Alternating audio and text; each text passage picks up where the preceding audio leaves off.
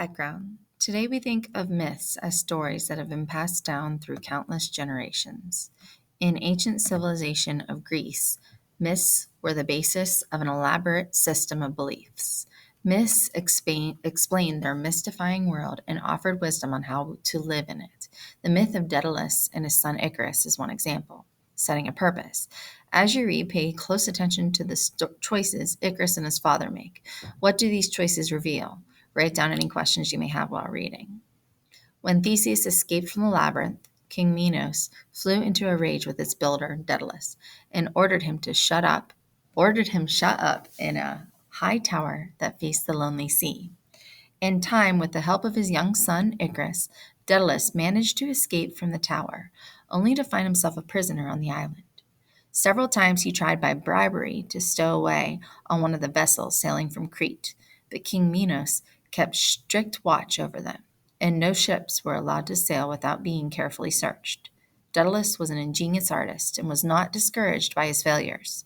Minos may control the land and sea, he said, but he does not control the air. I'll try that way. He called his son Icarus to him and told the boy to gather up all the feathers he could find on the rocky shore. As thousands of gulls soared over the island, Icarus soon collected a huge pile of feathers. Daedalus then melted some wax and made a skeleton in the shape of a bird's wing. The smallest feathers he pressed into the soft wax, and the large ones he tied on with thread.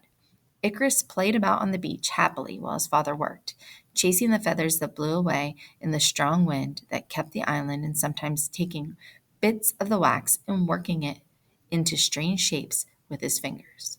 It was fun making the wings. The sun shone on the bright feathers. The breezes ruffled them. When they were finished, Daedalus fastened them to his shoulders and found himself lifted upwards, where he hung poised in the air. Filled with excitement, he made another pair for his son. They were smaller than his own, but strong and beautiful. Finally, one clear, wind-swept morning, the wings were finished, and Daedalus fastened them to Icarus's shoulders and taught him how to fly. He bade him watch the movements of the birds, how they soared and glided overhead. He pointed out the slow, graceful sweep of their wings as they beat the air steadily without fluttering. Soon Icarus was sure that he too could fly, and raising his arms up and down, skirted over the white sand and even out over the waves, letting his feet touch the snowy foam as the water thundered and broke over the sharp rocks. Daedalus watched him proudly, but with misgivings. He called Icarus to his side, and putting his arm around the boy's shoulder, said, "Icarus, my son, we're about to make our flight. No human being has ever traveled through the air before, and I want you to listen carefully to my instructions. Keep at a moderate height. For if you fly too low, the fog and spray will clog your wings, and if you fly too high, the heat will melt the wax that holds them together. Keep near me, and you will be safe." He kissed Icarus and fastened the wings more securely to his son's shoulders. Icarus, standing in the bright sun, the shining wings dropping gracefully from his shoulders, his golden hair wet with spray, and his eyes bright and dark with excitement, looked like a lovely bird. Daedalus's eyes filled with tears, and turning away, he soared into the sky, calling to Icarus to follow. From time to time, he looked back to see that the boy was safe and to note how he managed his wings in his flight.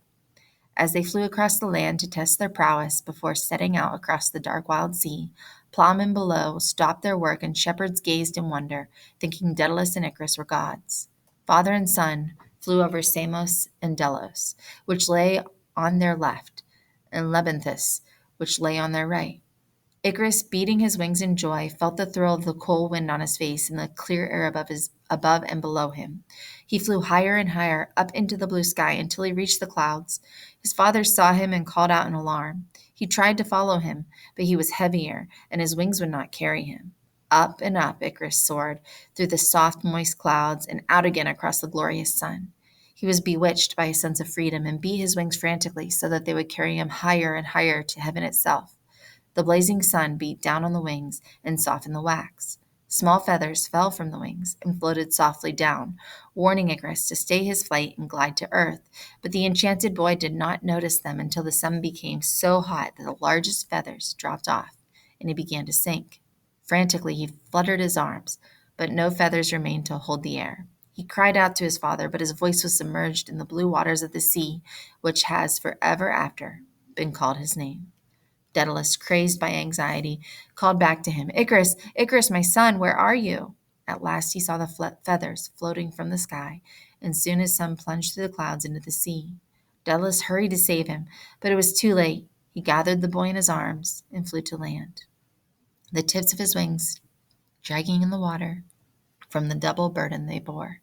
Weeping bitterly, he buried his small son and called the land Icara in his memory. Then, with a flutter of wings, he once more took to the air, but the joy of his flight was gone, and his victory over the air was bitter to him. He arrived safely in Sicily, where he built a temple to Apollo and hung up his wings as an offering to the god. And in the wings he pressed a few bright feathers he found floating on the water where Icarus fell. And he mourned for the bird-like son who had thrown caution to the winds in the exaltation of his freedom from the earth. Background. From ancient times to present, writers have been fascinated by the characters of myth. They have featured famous mythic characters in such forms as dramas, stories, and poetry. Whether powerful or weak, noble or flawed, these characters have a hold on writers' imaginations. Icarus's Flight is a poem that reflects a poet's fascination with the myth of Icarus, the son of Daedalus, who flew too close to the sun.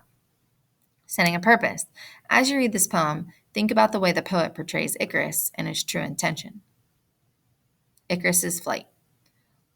What else could the boy have done? Wasn't flight both an escape and a great uplifting? And so he flew. But how could he appreciate his freedom without knowing the exact point where freedom stopped? So he flew upward, and the sun dissolved the wax and he fell. But at last, in his anticipated plummeting, he grasped the confines of what had been his liberty. You say he flew too far? He flew just far enough. He flew precisely to the point of wisdom. Would it have been better to flutter ignorantly from petal to petal within some garden forever?